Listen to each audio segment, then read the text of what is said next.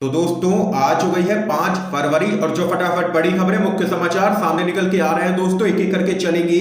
तमाम बेहद बड़ी खबरें मुख्य समाचार आगे आप तक इसी वीडियो के माध्यम से पहुंचाएंगे, इसलिए लगातार हमारे साथ बने रहिए। सभी बड़ी अपडेट्स हैं आप लोगों के लिए जानना जरूरी है, लेकिन उससे पहले दोस्तों आप लोगों से एक छोटा सा निवेदन है कि अगर आप लोग भी खुल करके शांतिपूर्ण किसान आंदोलन का समर्थन करते हैं और एमएसपी पर कानून बनाने की मांग करते हैं तो अभी इस वीडियो को लाइक कीजिए, चैनल को सब्सक्राइब करके बेल के आइकन को जरूर दबाइए दोस्तों, और कमेंट बॉक्स में कमेंट करना बिल्कुल भी मत भूलिए। बाइकॉट गोदी मीडिया।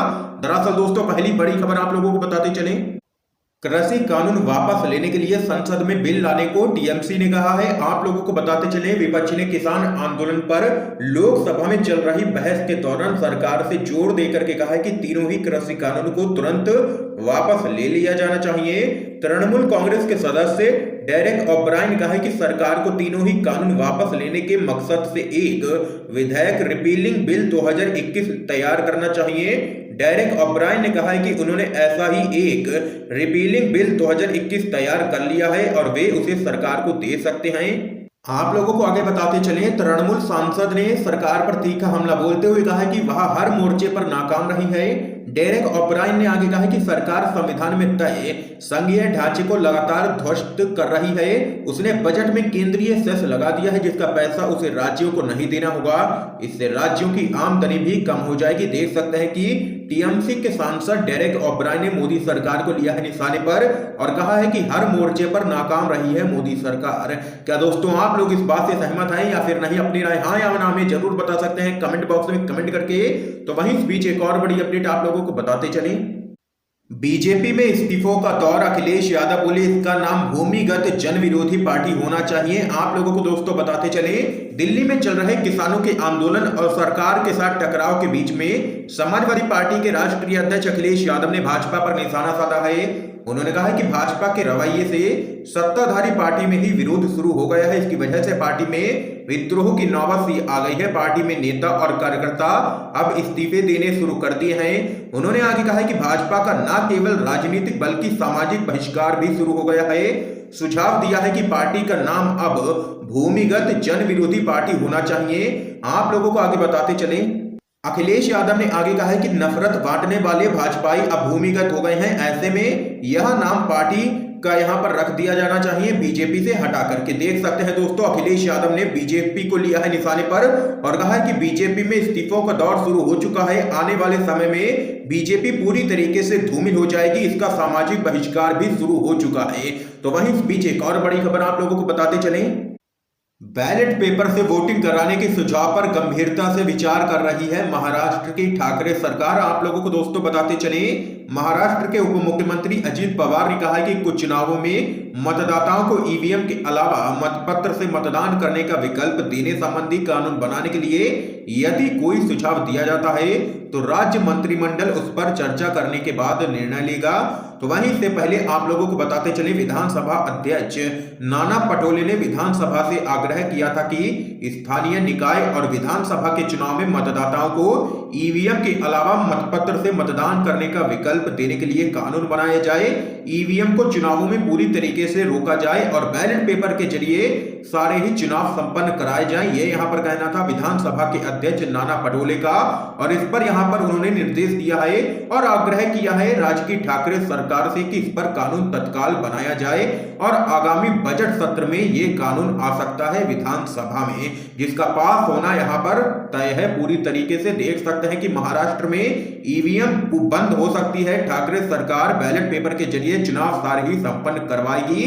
तो वहीं इस बीच एक और बड़ी अपडेट आप लोगों को बताते चले, ममता बनर्जी ने साधा भाजपा पर निशाना, कहा टीएमसी का कोई भी विकल्प नहीं है। आप लोगों को बताते चले, पश्चिम बंगाल की मुख्यमंत्री ममता बनर्जी ने कहा है कि तृणमूल कांग्रेस का कोई भी विकल्प नहीं है और राज्य में कोई दूसरी पार्टी इसका स्थान नहीं ले सकती है। टीएमसी के अनुसूचित जाति एवं अनुसूचित जनजाति नेताओं की यहां आयोजित बैठक में उन्होंने कहा है कि पार्टी और बेहतरी के लिए काम करेगी।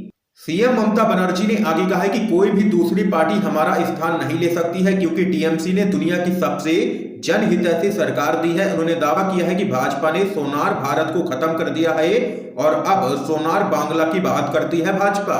उन्होंने कहा है कि भगवा दल सोशल मीडिया का इस्तेमाल कर लगातार दुष्प्रचार यहाँ पर फैला रहा है।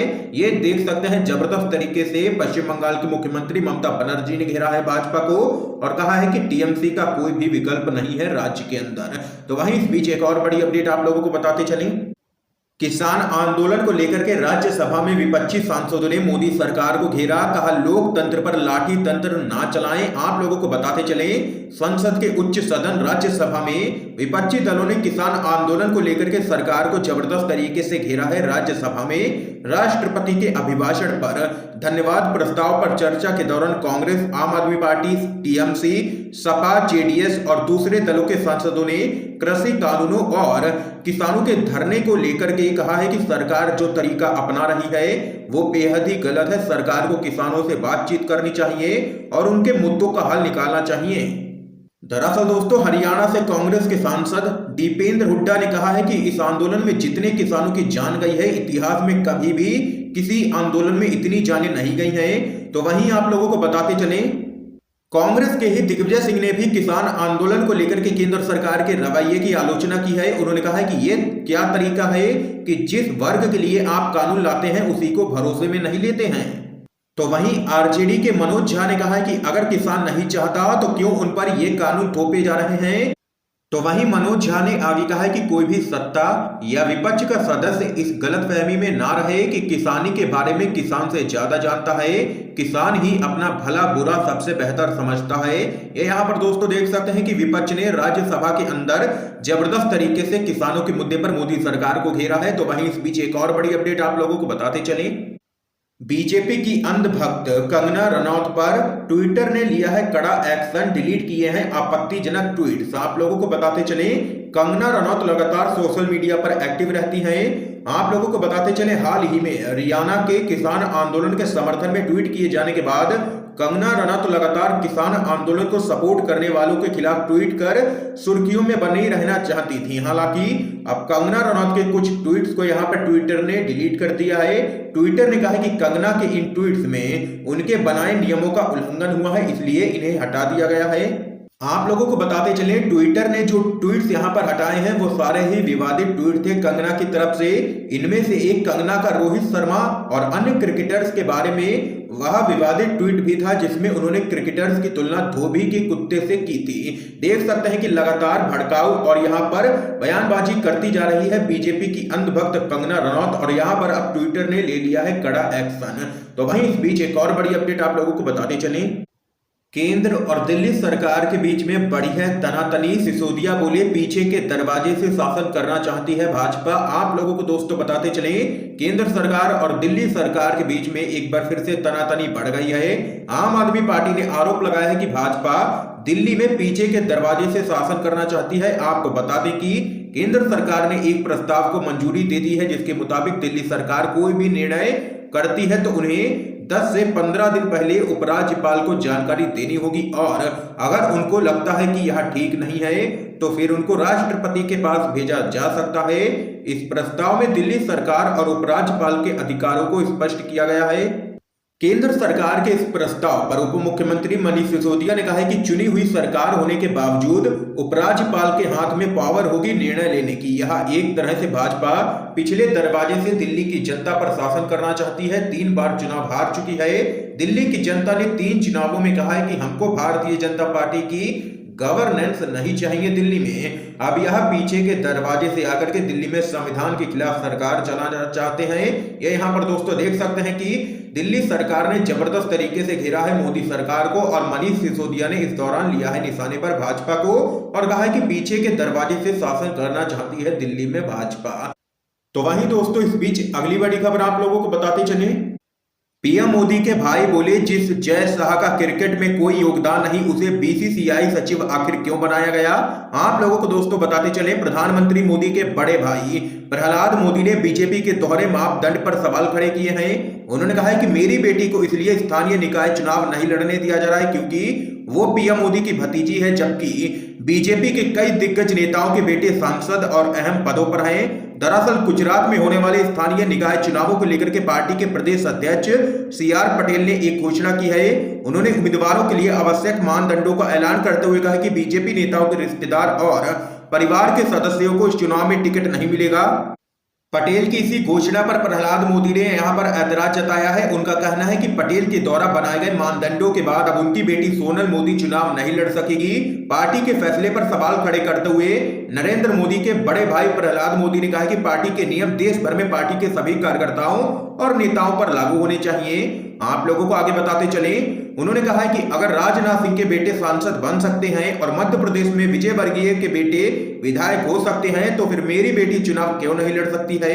उन्होंने ये तमाम बातें आप लोगों को बताते चले एक इंटरव्यू में कही है। इस दौरान उन्होंने केंद्रीय गृह मंत्री अमित शाह के बेटे जय शाह को भारतीय क्रिकेट कंट्रोल बोर्ड यानी कि बीसीसीआई का सचिव बनाए जाने पर भी कई सवाल खड़े किए हैं। उन्होंने कहा है कि अगर गृह मंत्री के बेटे जय शाह, जिनका क्रिकेट में कोई भी योगदान नहीं है, उनको बीसीसीआई की जिम्मेदारी दी जा सकती है। उन्होंने सवाल उठाते हुए कहा है कि जय शाह के पास क्या कोई डिग्री है कि वो सरकार के लिए उपयोगी हैं। देख सकते हैं दोस्तों, यहाँ पर प्रहलाद मोदी जो कि नरेंद्र मोदी के भाई हैं, उन्होंने यहाँ पर अमित शाह और नरेंद्र मोदी को सीधे तौर पर लिया है निशाने पर।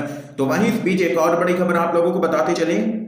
दिल्ली में एफआईआर के बाद ग्रेटा थनबर्ग का ट्वीट दो टूक, कहा कोई भी धमकी किसानों के लिए समर्थन से रोक नहीं पाएगी। आप लोगों को दोस्तों बताते चले, पर्यावरण एक्टिविस्ट ग्रेटा थनबर्ग ने एक बार फिर से ट्वीट करके कहा है कि वो किसानों के समर्थन में खड़ी हैं। उन्होंने ट्वीट करके कहा है कि मैं किसानों के शांतिपूर्ण विरोध प्रदर्शन के साथ हूं, कोई भी नफरत धमकी इसे बदल नहीं सकती है। ग्रेटा थनबर्ग ने ये ट्वीट दिल्ली पुलिस के द्वारा दर्ज की गई एफआईआर के बाद किया है। तो वहीं इस बीच एक और बड़ी खबर जान लेते हैं दोस्तों। किसान आंदोलन के बीच में आया जेडीयू का बड़ा बयान, कहा अनिश्चितकाल के लिए कृषि कानूनों को रोके सरकार। आप लोगों को बताते चले, जनता दल यूनाइटेड के नेता केसी त्यागी ने सरकार के द्वारा किसानों को दिए गए 18 महीनों के लिए नए कृषि कानूनों को रोके जाने के प्रस्ताव को यहां पर सिरे से नकार दिया है। उन्होंने सरकार को सुझाव दिया है कि कृषि कानूनों को यहां पर 18 महीने के लिए नहीं बल्कि अनिश्चित काल के लिए रोक देना चाहिए। तो वहीं अगली बड़ी खबर आप लोगों को दोस्तों बताते चले। जमानत के बाद पत्रकार मनदीप पुनिया ने कहा जेल से किसानों पर रिपोर्ट पैर पर लिख करके लाया हूं। आप लोगों को बताते चले, स्वतंत्र पत्रकार मनदीप पुनिया को दिल्ली रोहिणी कोर्ट ने जमानत दे दी। दिल्ली पुलिस ने मनदीप पुनिया को सिंघू बॉर्डर प्रदर्शन स्थल से गिरफ्तार किया था, जहां किसानों का आंदोलन लगातार जारी है। तिहाड़ जेल से बाहर आकर के मनदीप पुनिया ने कहा कि मुझे रिपोर्टिंग करने से रोका गया और जेल में डाल दिया गया। मैंने जेल में गिरफ्तार किए गए किसानों से बातचीत की है और उन पर जल्द ही मैं अपनी रिपोर्ट लिखूंगा। उन्होंने कहा है कि वो जेल में किसानों से हुई बातचीत का अंश अपने पैर पर लिख करके लाए हैं, जिसकी तस्वीरें ट्विटर हैंडल पर भी यहां पर उन्होंने शेयर की है। मनदीप पुनिया ने मांग की है कि जेलों में बंद पत्रकारों को जल्द से जल्द रिहा किया जाना चाहिए। तो वहीं इस बीच एक और बड़ी खबर जान लेते हैं दोस्तों। ट्रैक्टर रैली में जान गंवाने वाले किसान के घर पहुंची प्रियंका गांधी, बोली नवनीत की शहादत बेकार नहीं जाएगी। आप लोगों को दोस्तों बताते चले, कांग्रेस की महासचिव प्रियंका गांधी गणतंत्र दिवस के दिन दिल्ली में किसान ट्रैक्टर रैली के दौरान जान गंवाने वाले किसान नवनीत के परिजनों से मुलाकात करने उत्तर प्रदेश के रामपुर पहुंची। प्रियंका गांधी ने आप लोगों को बताते चले, इस दौरान नवनीत सिंह को श्रद्धांजलि दी और परिवार के लोगों का हालचाल जाना है। तो वहीं दोस्तों इस मौके पर परिजनों से बात करते हुए प्रियंका गांधी ने कहा कि नवनीत की शहादत बेकार नहीं जाएगी, पूरा देश आपके साथ है। उन्होंने कहा है कि एक शहीद का परिवार उसकी शहादत को कभी नहीं भूल सकता है। आपका बेटा किसानों का समर्थन करने के लिए दिल्ली गया था, लेकिन उसके साथ ऐसा हादसा हुआ कि वो वापस नहीं आया। कोई राजनीतिक साजिश के लिए वो वहां नहीं गया था, वो इसलिए गया क्योंकि उसके दिल में किसानों के लिए दुख था। ये यहाँ पर दोस्तों देख सकते हैं प्रियंका गांधी की तरफ से तमाम बातें कही गई हैं। इस बीच एक और बड़ी अपडेट आप लोगों को बताते चले। विदेशी हस्तियों की टिप्पणी पर बोले हैं राकेश टिकैत, कहा मैं जानता नहीं हूं लेकिन समर्थन के लिए धन्यवाद। आप लोगों को बताते चले, किसान नेता राकेश टिकैत ने कहा कि हम बैक फुट पर नहीं हैं, हम जहां थे वहीं हैं। संयुक्त किसान मोर्चा ने 6 फरवरी को 3 घंटे चक्का जाम करने का ऐलान किया है। टिकैत ने विदेशी हस्तियों की टिप्पणी पर कहा है कि मैं विदेशी कलाकारों को जानता तो नहीं हूं, लेकिन जो समर्थन कर रहा है ठीक है, अच्छी बात है। गाजीपुर बॉर्डर पर कील हटाए जाने पर टिकैत ने कहा कि एक एक कील हटा करके ले जाएंगे ये लोग। ये यहाँ पर दोस्तों आज की तमाम बेहद बड़ी खबरें सामने निकल के आई हैं जो हमने आप लोगों तक पहुंचाई हैं। इन खबरों पे आप लोगों की क्या कुछ राय है कमेंट बॉक्स में कमेंट करके जरूर बता सकते हैं। और अगर आप लोगों को ये वीडियो पसंद आया हो तो वीडियो को लाइक कीजिए, चैनल को सब्सक्राइब करके बेल के आइकन को जरूर दबाइए दोस्तों, और वीडियो को शेयर करना बिल्कुल भी मत भूलिएगा। वीडियो देखने के लिए आप सभी दोस्तों का बहुत बहुत धन्यवाद दोस्तों। जय हिंद, जय भारत।